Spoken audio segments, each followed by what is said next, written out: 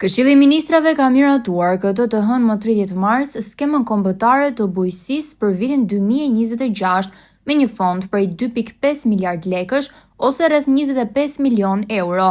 Skema synon rritjen e mbështetjes financiare për fermerët në të gjithë vendin. Sipas Ministrisë së Bujqësisë, subvencionet direkte kanë pësuar rritje krahasuar me një vit më parë. Konkretisht, mbështetja për lopët rritet nga 10.000 në 12.000 lekë për krerë, ndërsa për koshere bletësh dyfishohet duke arritur në 20.000 lekë. Për bagëtitë e imta, subvencioni rritet nga 1.200 në 1.500 lekë për krerë. Për herë të parë, në skemë përfshihet dhe mbështetja për dosat në sektorin e derave, me 7.000 lekë për çdo dosë për fermat që kanë të paktën 5 të tilla.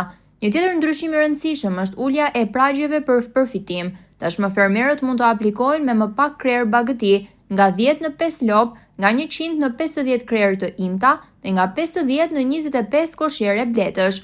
Ndërkohë, mbështetja për kontrollin biologjik të dëmtuesve në sera rritet në 70% të kostos, nga 50% që ishte më parë. Skema parashikon gjithashtu pagesa për sipërfaqet e mbjella, ku fermat mbi 3 hektar do të përfitojnë 10.000 lekë për çdo hektar.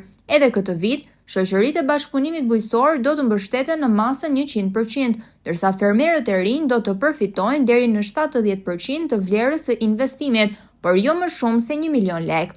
Një masë mbështetëse është parashikuar dhe për sektorin e akuakulturës, ku subjektet e rritjes së peshkut në ujërat e brendshme do të përfitojnë 200.000 lekë për blerjen e rasatit.